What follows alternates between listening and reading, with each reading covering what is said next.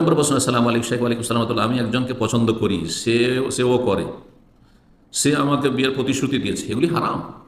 এগুলি হচ্ছে পশ্চিমা ইহুদি নাসারাদের কাজ, যে আমি একজনকে পছন্দ করি, সে আমাকে পছন্দ করে, সে বিয়ের প্রতিশ্রুতি দিয়েছে, তারপরে প্রতিশ্রুতি ভঙ্গ করলো, তখন ধর্ণা দিতে শুরু করলাম, হ্যাঁ, জুলমের শিকার হইলাম, অথবা অনেক সময় খুনের ঘটনা ঘটলো, তাই হচ্ছে। আল্লাহ হিদায়াত দান করুন। এই ভাষাগুলি একজন মুসলিম পুরুষ বা নারীর ভাষা নয়, মুসলিম যুবক যুবতীর ভাষা নয়, যে আমি একজনকে খুব পছন্দ করি, সে আমাকে পছন্দ করে, বিয়ের প্রতিশ্রুতি দিয়েছে, না, এগুলি হারাম কাজ। জি। নির্জনতার সম্পর্ক যুবক যুবতীর মাঝে, পুরুষ নারীর মাঝে জায়েজ নয়, একমাত্র স্বামী স্ত্রীর সম্পর্ক ছাড়া। আজকে 5 বছর, এখন সে চাই না, ভালো হয়েছে, আপনার শাস্তি হয়েছে, এটি আপনার শাস্তি। আল্লাহ হিদায়াত করুন। আমাকে বিয়ে করতে, এখন কি তাকে কোনোভাবে রাজি করানো সম্ভব? না, রাজি করার দরকার নেই, সে অসৎ লোক, অসৎ লোক সে।